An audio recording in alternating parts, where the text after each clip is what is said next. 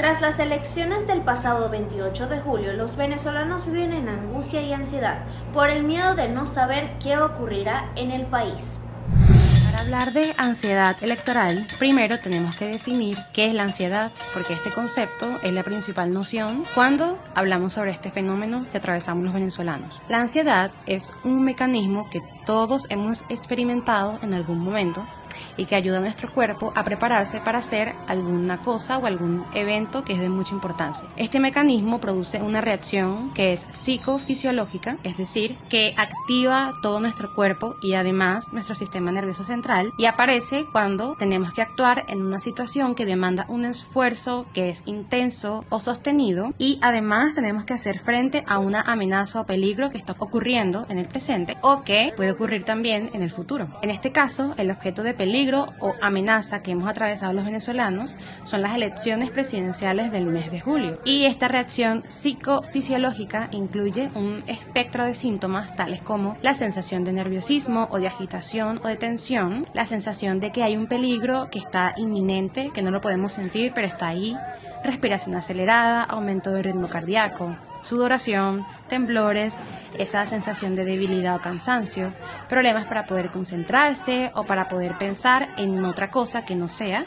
la preocupación actual, que pueden ser los resultados postelectorales, tener problemas para conciliar el sueño, tener dificultades para controlar otras preocupaciones que pueden también tener un poco más de importancia en la vida de la persona, y además tener la necesidad de evitar las situaciones que precisamente generan este mecanismo, que generan ansiedad. ¿Crees que has desarrollado algún tipo de preocupación, o mejor dicho, algún tipo de ansiedad en las últimas semanas con todo lo que ha pasado y cómo ha sido todo este proceso, estando lejos y no pudiendo quizás apoyar? Diría 50-50. 50-50 efectivamente porque, como antes mencionaba, mi familia sigue allá. Es imposible que uno se mantenga 100% alejado de esa situación, pero también por bienestar, por salud propia, he tratado de mantener cierta distancia con respecto a eso, porque creo que no es mucho tampoco lo que yo puedo hacer estando desde acá. Puedo apoyar de repente económicamente, dando una palabra de aliento, pero más allá de eso, no hay la posibilidad de hacer otra cosa. Yo estoy pues acá con mi pareja, pero toda mi familia se encuentra en Venezuela. Mis abuelos, mis papás, mi hermano, mis sobrinas, primos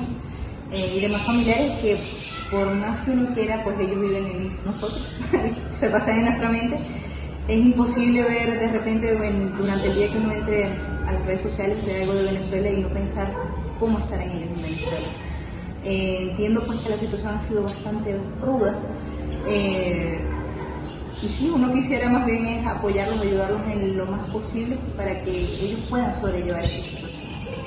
Antes de dar algunas recomendaciones o alternativas de qué podemos hacer ante este proceso de ansiedad electoral, algo que quiero acotar y me parece muy importante de este tema es que no podemos reprimir las emociones que estamos experimentando que sean producto de las elecciones presidenciales o de la ansiedad electoral, ni crear un mundo paralelo positivo y poco realista como si nada está pasando. Sin embargo, sí podemos intentar gestionar estas emociones. De esta manera, una de las primeras recomendaciones que doy es reconocer el nivel de preocupación que se manifiesta al pensar en posibles resultados de las elecciones, que generalmente son producto de pensamientos que podemos catalogar como catastróficos o negativos que tenemos en este momento. Además, también debemos validar las fuentes de información de lo que leemos, lo que escuchamos, incluso lo que vemos, ya que la tendencia de las noticias falsas y la manipulación de información se incrementan mucho en tiempos de incertidumbre política. También evitar cualquier confrontación por diferencias en opiniones políticas, las cuales causan generalmente conflictos, peleas y discusiones que solo afectan las relaciones interpersonales de la persona.